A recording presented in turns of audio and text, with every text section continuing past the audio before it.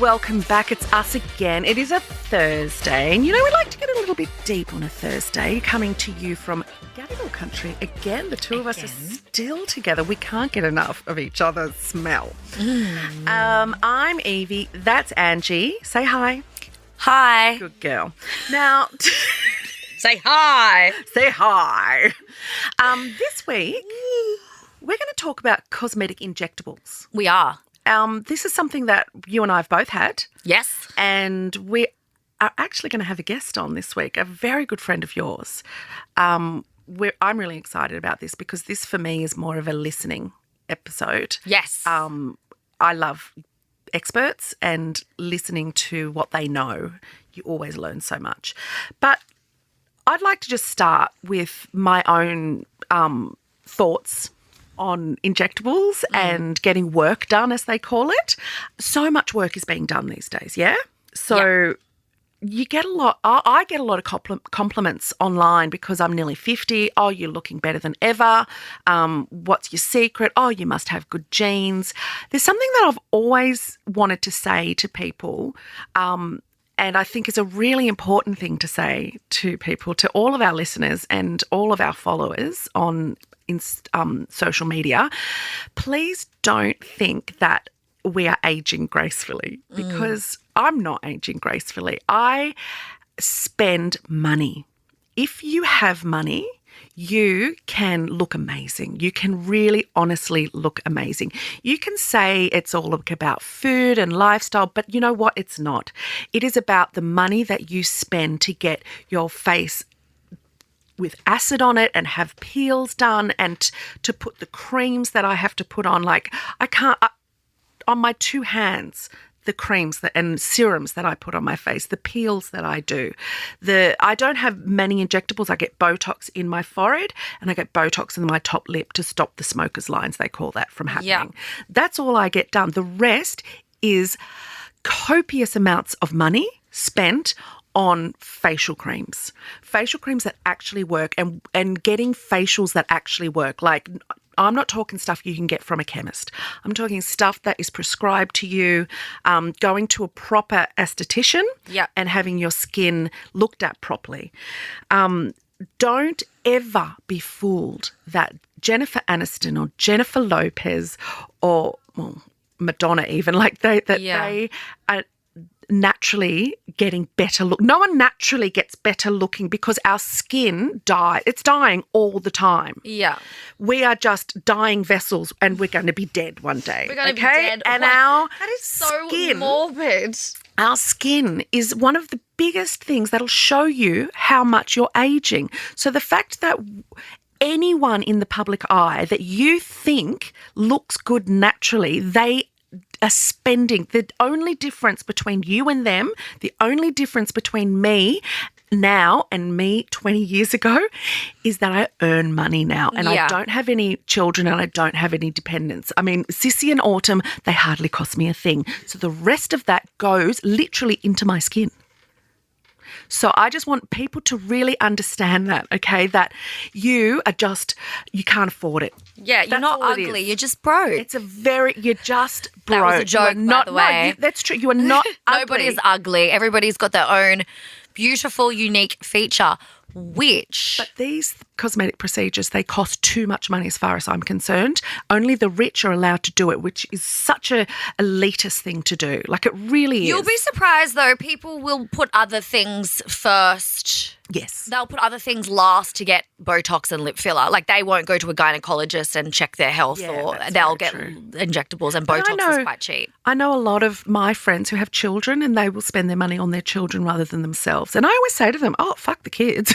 Go and have a facial. And they're like, no, I would feel selfish doing that or guilty. And I'm like, my mum would never do that. No, exactly. Your mum is this perfect example of someone. She would never get anything like that. The things she only does is her hair, and that's such like an old school thing, isn't it? I get my hair done. It's their favourite. And it doesn't cost nearly as much as your skin.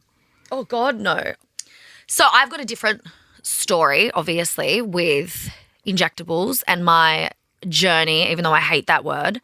I was so honest about getting work. I started to get work when I was 26, when I started working for Maddie Semi. Oh, yeah. From Double Bay, from Real Housewives. So I always thought, like, I knew I had acne scars. I knew, my skin wasn't great. But when I started working around her, I was looking after her children. She was just like, oh, I'll fix that little line in there. And I was like, okay, cool. I'm getting older. I'm on Gogglebox now. We just started Gogglebox. It was free? It was free. And then she'd be like, do you want to try lip filler? And I was like, yes, I don't have a top lip. I would love lip filler. I only ever got little bits just to, looking back now, just enhance what I already had. Well, yeah, and what you've always wanted. What I You'd always wanted a big lip, I always wanted a big top lip. Well, just a lip. A lip. I didn't have one. You didn't have one. And then, I was always open about it. People were like, oh, wow, you look different. I'd be like, oh, yeah, I get Botox and lip filler now. Like, so happy to talk about that. Then, obviously, I moved around and then I met beautiful Anita, who will be joining us later. I met Anita in 2019, just before the jungle. It could have been 2018. 2018, yeah. It was 2018 I met Anita, and she, when I was back in Queensland, she was my new injectables nurse. She was great. Everything was always natural because, she would never let me. I would always be like, a little bit bigger, and she'd always be like, no. If I do that to your lips, no one's going to look at your eyes. They're just going to look at your mouth. And I'd be like, oh, I want this. Being in my 20s, I want big lips. And then I went away and was in Sydney, and obviously Bachelorette and all that happened. And then I went through my public breakup, and then I went back to Queensland. And I gained quite a lot of weight because it was during the pandemic. So my face got bigger, as you do, right?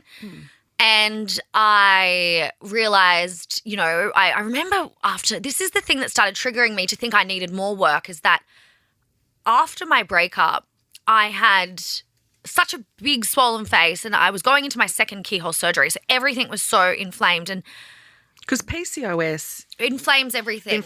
Yeah, and so does like a lot of the things. Hormonal. Yeah. And I remember there was this article, and everybody from my breakup, from when I was this little skinny tiny bachelorette and on Dancing with the Stars, everybody started talking about my weight and how much my face had changed. And I hadn't had extra work at this stage. No. There was a pandemic. I had no work. Everything was shut down.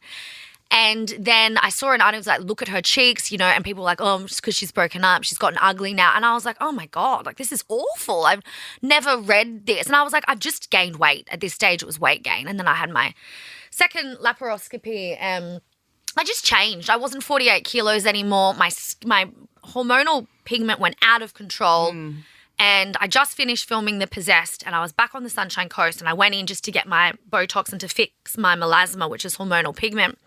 I'm never going to say where this happened to me, but it started off great, and she was like, oh, God, don't even – I was like, I want to get my lips done. I haven't had them done in a year because of the pandemic. And she was like, that's the least of your worries. She was like, I've got a plan for you. A big plan. She was like, you look really tired. And I was like, well, I've had a public breakup. I've had my second laparoscopy. I finished my first feature film. Like, my body's different now. I've got all these chronic illnesses. She was like, we'll freshen you up. And I was like, this is great. This is the answer to what I thought, will finally make me feel better again. Because I didn't feel like me anymore after that horrible year of breakups and pandemics and illnesses and bleh. And obviously all of Australia commenting on my face. I wasn't used to that. So I trusted this woman, and I pretty much experienced – it started the end of 2020, just after I finished filming The Possessed. Then after that, my whole face started to change. It was slowly, but it was quickly. I got filler all in my jaw because I was told I didn't have a chin. I got chin. I got it all down in my eye area because I had big eye bags apparently. I still do, but I'd rather have them than what I had before. And my face I've always had a chubby cheek face. That's just me. But my face, my whole jaw changed in last year, 2021. And people started commenting like, wow, you look so different. And I was like, it's weight gain. Because I was so embarrassed. And usually I was so open about my work, but I was so sick of getting picked on that I was like, I'm not going to tell them how much filler I've had. I don't even know how much filler I've had.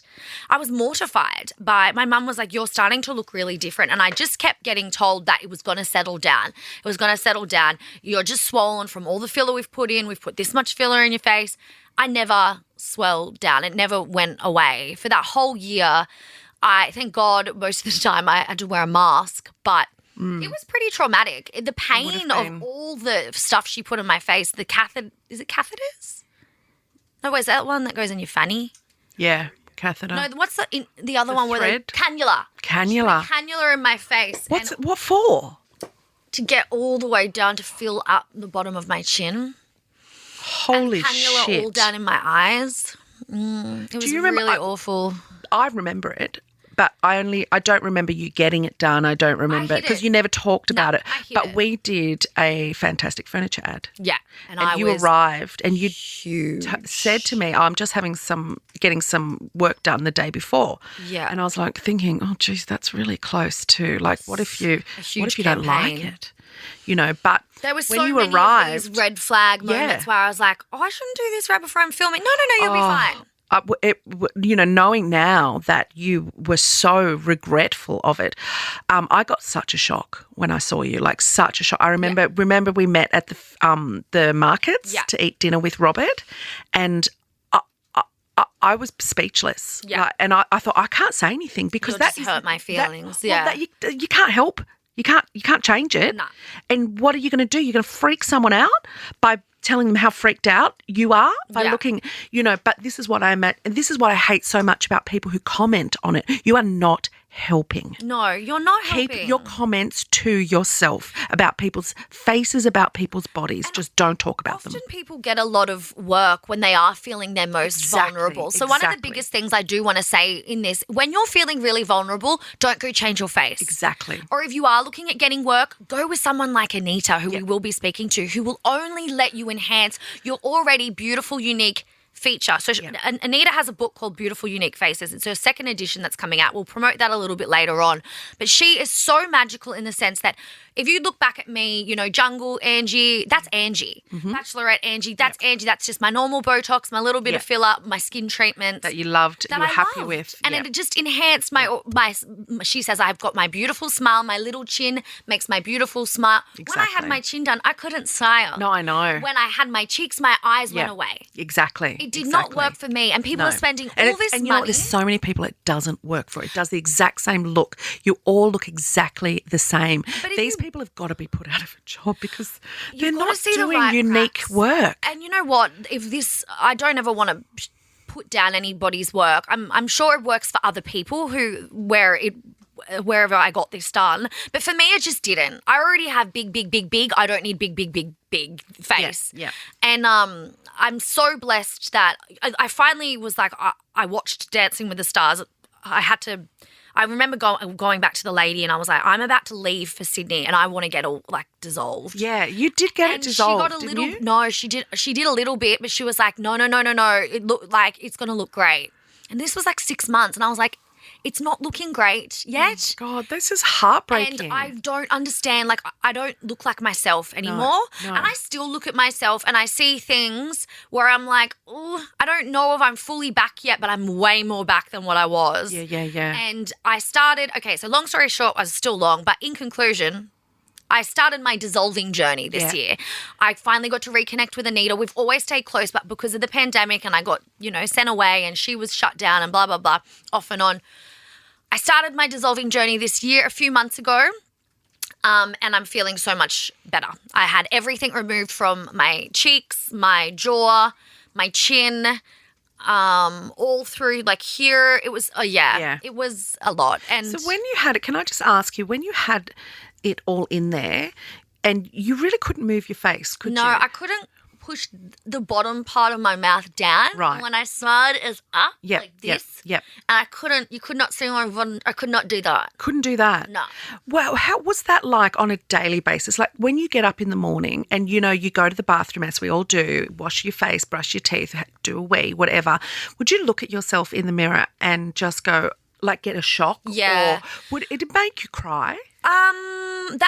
All of last year, I was pretty vulnerable. I already got really bad body dysmorphia and already think I'm not very attractive on a good day thanks to eating disorder life. So, I wasn't happy. No, I cried a lot. Yeah. I was like, this was supposed to make me look fresh again and maybe people will stop talking about the way I look because I'll look pretty again. Yeah. In hindsight, what have you learnt from it? Never get work when you're vulnerable. Never, ever let somebody tell you what you need done to your face. That is not a practitioner that's has your best interest at heart. If you're going in and you're just saying you want Botox and your normal lip filler, because that's what you've always had, and if they want to, make you look a little bit fresher in the sense, maybe a little skin treatment, sure. But if someone's like, you don't have a chin, you need one. You don't have a jaw, you need one. Yeah. Turn around and walk out the door. Get a second opinion at least. Get a second opinion. If something doesn't feel right in your gut, to completely transform your face like that. If you want to do little bits and pieces, of course, go off. But my whole face was transformed in about 2 months, which that sort of work should have happened over a year. Yeah. Little bits. Yeah. Little As bits you of chin. aged too. Little bits like, you're still really young. Yes. With a beautiful face. And it actually breaks my heart that women in their 20s are changing their face dramatically because they are not going to be like us who can look back at photos in actual photo albums in my case and go, oh my God, I had no idea how beautiful I was at the time. You know what the worst thing is too? Like I never have in the moments that I'm in ever think that I'm beautiful. And I look back at pictures of when I was in the jungle or on Gogglebox or a Bachelorette and I was like, oh my God, you were so beautiful. Yep. And I bet you now I don't feel like I'm beautiful. Yep. You never and do when in the I'm moment. older, I'll look back and I'll be like, it makes me really sad. It makes me really sad as well. You'll get to that point where you're older and you will look in the mirror and you'll go, I think you are beautiful. Yeah, you will say that to yourself. You will. And you shouldn't let other people comment on your face. Just everybody's always going to have something to say about you. But I also do want to apologise because I should have been more honest and I just told people I'd gained weight. And I had, obviously, but I didn't want to. I was so embarrassed and I was so sick of people talking about me that and I felt like in a way that's a bit gaslighting. I probably should have been more honest, but I was so embarrassed. You were defending, like you were surviving as something that you were doing the best you could. And I wouldn't call that lying. You were extremely embarrassed and ashamed of what had happened to you and you're blaming yourself. And I didn't want other people to get it I don't think anybody looked at my face and thought it looked pretty.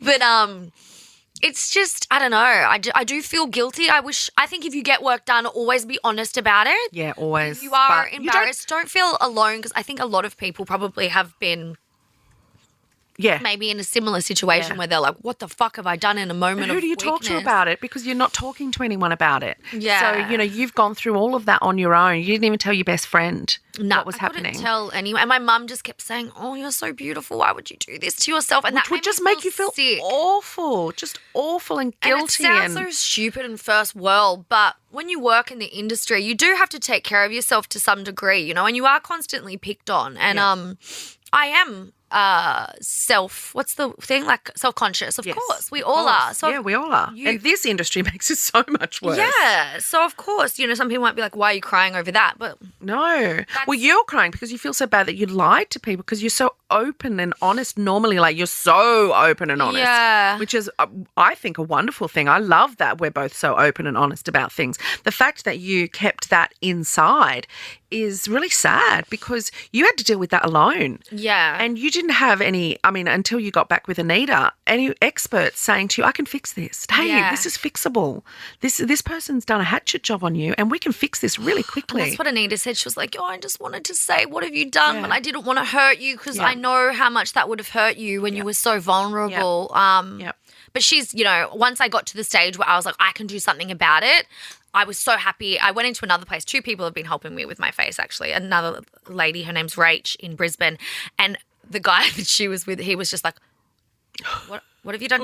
He's like, do you have filler? And I was like, yeah. And he goes, he's like, do you like it? And I go, no, I hate it. And he goes, let's get rid of all of it. And I was like, oh my God, will you do that? And he's like, all of it. Yeah, yeah. He's like, it's awful. Yeah. And I'm like, I'm so okay for you to say that now because I want it out of my face. Yeah. And I still have filler in my face. Like, I'm not going to sit here what and say I you want. don't. But it's my normal you want filler. Angie. This is my face now. It's a bit, it's always a bit bigger because of life. Yeah.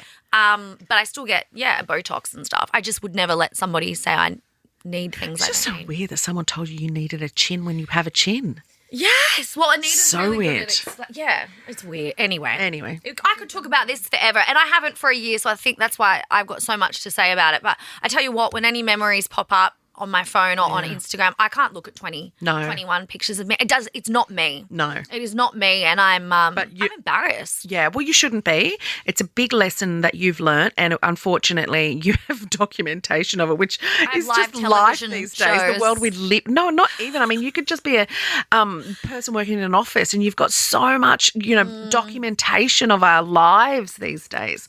But you know what? Just like anything, really bad perms that we got in the 80s, we got photos of that shit, and they're not going anywhere. So we all make these mistakes. Everything is with these types of cosmetic, it's not permanent. So you can get it. So don't wait a year. I had to wait a year because of the pandemic. But if you're not liking something, go get it taken out. Get it checked. You'll feel better. And especially when it comes to cosmetic surgery, don't just get at least 2 opinions. Oh God! Before you make those kind of changes.